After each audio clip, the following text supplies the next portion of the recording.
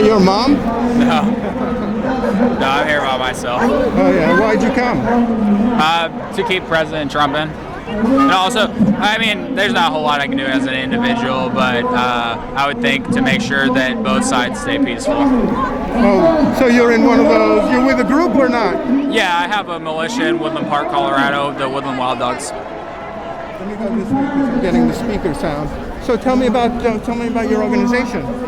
I mean, it's really just a group of friends that we rely on because we have the skills to be able to fight if we needed to and protect each other. Do you have to like work there in Colorado? Do you have to do stuff there? What do you mean? Things to protect or? I mean, I just do a lot of personal training on firearms and stuff, and then medical training. I was a CNA for 3 years, and then I'm also a survivalist, and most of my people in my group are hardcore survivalists, and that's so what do you think of this? How easy would it be to survive here in the city? I hear you need the Yelp app to find out which restaurants are open. Yeah, I'm not a city person, so it's overwhelming for me for sure.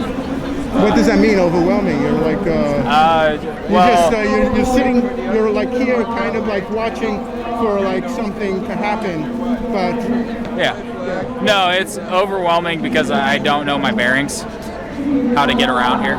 Well, I've been here for a long time. Which way is up? Right. I know, like the White House is that way, the Capitol is there, the Supreme Court. What else you want to see? The mall? Well, it's not necessarily that. I just have to keep that in my mind when I'm walking around where everything's at. Now tell me, what do you think is going to happen with this election and who's going to win? I believe that there is going to be a lot of bloodshed, and there's going to be a lot of stuff to come. Like what kind of stuff? Well, what should we prepare for as survivalists? What's the survivalist recommendation? Well, truly, what I believe in is, as an individual, you need to get a group of people in your communities that you can rely on, that you could fight with if you needed to, that you can survive with, that have certain skills in any situation, even if you're in a city. You have to have different skills on how to survive in a city. But I think that the government is completely corrupt, and that we've sold our country for, over 100 years now. We've sold our country out to the Midwest, or the Middle East. I'm sorry, and Israel. The advent of petroleum, we've been. Oh well, absolutely, because. So you see petroleum as having been the major cause for us to sell ourselves out? So petrol in general, any type of oil products, it's nothing to do with the oil itself to sell us out. It has to do with other people selling their oil in their countries for other currency other than the US dollar. And the high-end elites don't like that. So they end up sending in mercenaries, and those types of people get killed. And it's completely corrupt. You can't live your life free in America where it's free.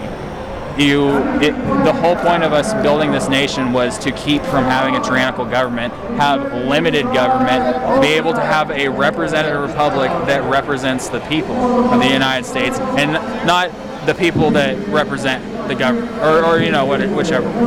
I believe that people need to be able to do whatever they want to do, and accept any consequences that may happen because of that. And law enforcement doesn't need to be forced to enforce those laws. So what sort of freedom, what does freedom mean to you?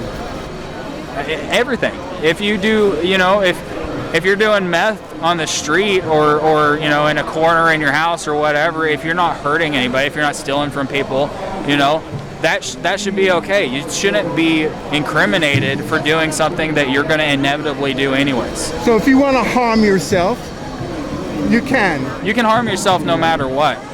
It's. Now, what if the city has to pick up your harmed body and care for you? See, that's different, though. Who pays for that? Right, that's different. I don't believe that anybody would pay for that, other than you know, I mean, we've paid into our government with taxes for, you know, over 120 years now, especially with Social Security and stuff like that, which apparently it's dried up. There is no Social Security. I'm paying for my mom's Social Security. That makes no sense. I do believe that the U.S. dollar is completely made up and phony, and it's used to control people. If people can't barter in a society, if I can't trade you a 6-pack of beer for a hot dog because I'm starving, then that makes me enslaved. Well, I mean, the real value is your skill set. What can you fix? Can you fix? Is that your bike? Yeah. How much of that can you fix? I'm sure I can fix it. Fix all of it. You can fix all of it. All right. So yeah. You can fix bikes. You have the tools for that. Right. All right. What else can you fix? Can you fix your cell phone? Well, I have everything on me that I would need to be able to do. As a survivalist, right. You have enough skill to be able to live outside of needing to buy a 6-pack of beer. Right. But what I was getting at, okay, so say we're in the woods, we're surviving together. Yeah. You've got some grub worms you found in a tree that you were going to eat, but I've got this pine cone that's really shiny. I want to trade you this pine cone for those grubs. Well, you want to make a monopoly on our little society we have, so you come up with $1. And you say, no, you can't trade me that pine cone because the value's not there. I'm going to give you this phony baloney dollar that I made up, but I'm only going to give you enough that you're barely going to be able to get something from me. Now we have a system where we specialize in stuff. Like someone in that office on the 5th floor is good at tax law. They don't have any skills like yours. And eventually... yeah, well, taxation is theft, no matter what. All right, let's take another example. You have someone on the 5th floor who knows how to program a computer. Okay. Well, with that person, unfortunately, when it truly comes down to it, their skills don't help them survive as an individual if stuff were to go down. I believe that it is paramount to being a human being that we have instinctual type training. There's a reason why we get scared during the dark, and that's because we used to be prey items for a long, long time. So there is a leftover anxiety that we get from being in the dark. So you need to know how to protect yourself, or at least make yourself feel comfortable that you might be able to protect yourself if something were to happen. In any situation, if you're starving, if you're thirsty, or whatever. Most people are in jeopardy when they're in the daylight. That's when some of the predators see you. No, I'm talking about being Neanderthals and back in primitive humankind. We were hunted during the night, especially. How do you know that? I mean, there's fossil records and stuff. Hunted during the night? Well, no, just to prove like that they were within their domes, their dorms and stuff, and not out and about hunting like they would be found during the day, because they were always out. That's why they built doors to caves. No, they didn't have any doors like caves. It took a long time for them to come up with any type. I mean, we were basically monkeys for a long portion of being Neanderthals, and we still have some resemblance of Neanderthals. So we survived by being cooperative. This guy wants to admire you. We survived by being instinctual. Right. So does the instinct necessitate us cooperating or being competitive? Both. It depends on if you're a person with a lot of civility or whatever, and you just bow down to control and domination and what you're told, or if you're a person who is going to do what you want no matter what, and make sure that you live your life according to what you believe you should be doing. But in the same regard, there is no reason at any point that you need to tell somebody what they need to be doing in their lives. So the way we've been able to organize this city is by unleashing the creative and labor of a lot of different people. That's how we're able to build civilizations. No other species on Earth has been able to do that. Exactly. And I believe that that's almost cancerous, and that's a personal opinion. I think it's very cancerous, and I think that we're ruining a lot of perfectly good opportunities that we have to continue to thrive and move forward with technology, but also respect nature and kind of live off of, certain moral stances. Like, maybe you shouldn't go buy your meat from the grocery store all the time. Maybe you should grow a couple of vegetables in your house during the year. So you're concerned about maintaining the environment in its natural state.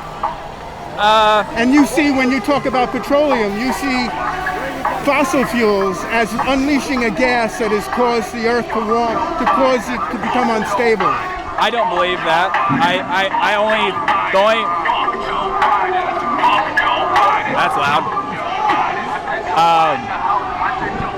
I believe that. Sorry, where were we at? That distracted me. So, global warming. You were going to say that it's not a problem. Okay, so I don't believe that gases being polluted into the air are affecting. We're talking about carbon given off by fossil fuels. Right. Carbon dioxide, and emissions or whatever. Particles from coal burning. I don't believe that actually affects the earth at all. Because for the sole reason that we have been hit by so many meteorites through Earth's history. I mean, the moon smashed into us. That's why it's within our orbit, and that's why it has giant craters on it, just like on our Earth, is because the moon smacked into us and it got stuck within our orbit. It was a ginormous, almost like a twin planet to Earth. What does that have to do with global warming? Because what it has to do with it is with all these different things, volcanic eruptions, it's producing a lot of carbon, CO2, all these different gases to be pumped into the air, and all that happens on Earth is that it adjusts to those certain things. I'm pretty heartless. I don't necessarily think that the human race needs to survive through eternity. I think that we live our cycle and maybe something else will end up happening. I mean, just like the dinosaurs or whatever else. So you think we can go extinct and that would be the nature of things? I think that would be karmatic. What do you think there's a drive to live in human beings? Yeah, it's instinctual survival, and it is something that's being lost more and more through society because we're training people that they need to be reliant on a government, or they need to be reliant on a medication, or they need to be reliant on the news media to tell them what they need to think because they can't think for themselves.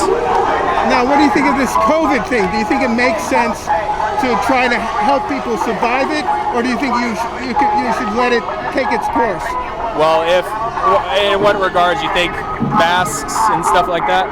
I don't believe that, because back in 1920 we had the influenza outbreak, and we were doing everything to keep our face covered and do like herbal masks and stuff like that. It didn't help the pandemic back then, and then we moved to 2020. How do you know it didn't help? It didn't. There's records from 1920. What kind of records? But in 2020,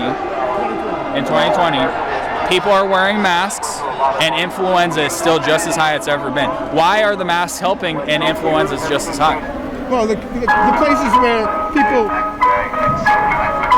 followed the instructions, like China, they were able to eliminate. But their people are enslaved. Not eliminate, but they cut it down. But they what? They're enslaved. It's a communist country. They have to abide by the government. Yeah, they followed that, and not many people died. It comes back to what I said earlier. I don't believe anybody, no matter who you are, needs to tell me what I need to do. I don't think that I need to listen to what you're saying just because there's a pandemic that has a 1% death rate. A 1% death rate in general, but like people who are 65 or older, maybe your grandparents have a much higher percentage rate. How much are you willing to let them die from COVID? Okay, so if your grandma or your mom or whoever is in a nursing home and she's mentally ill or she's sick or something like that,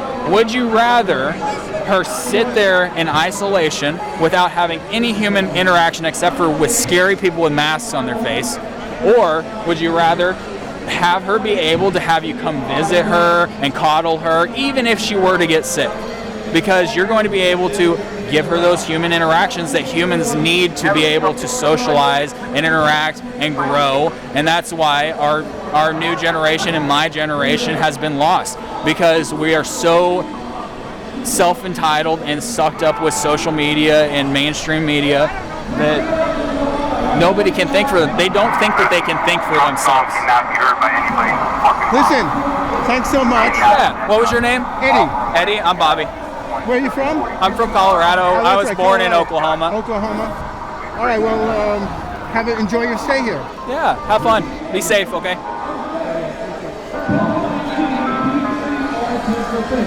got my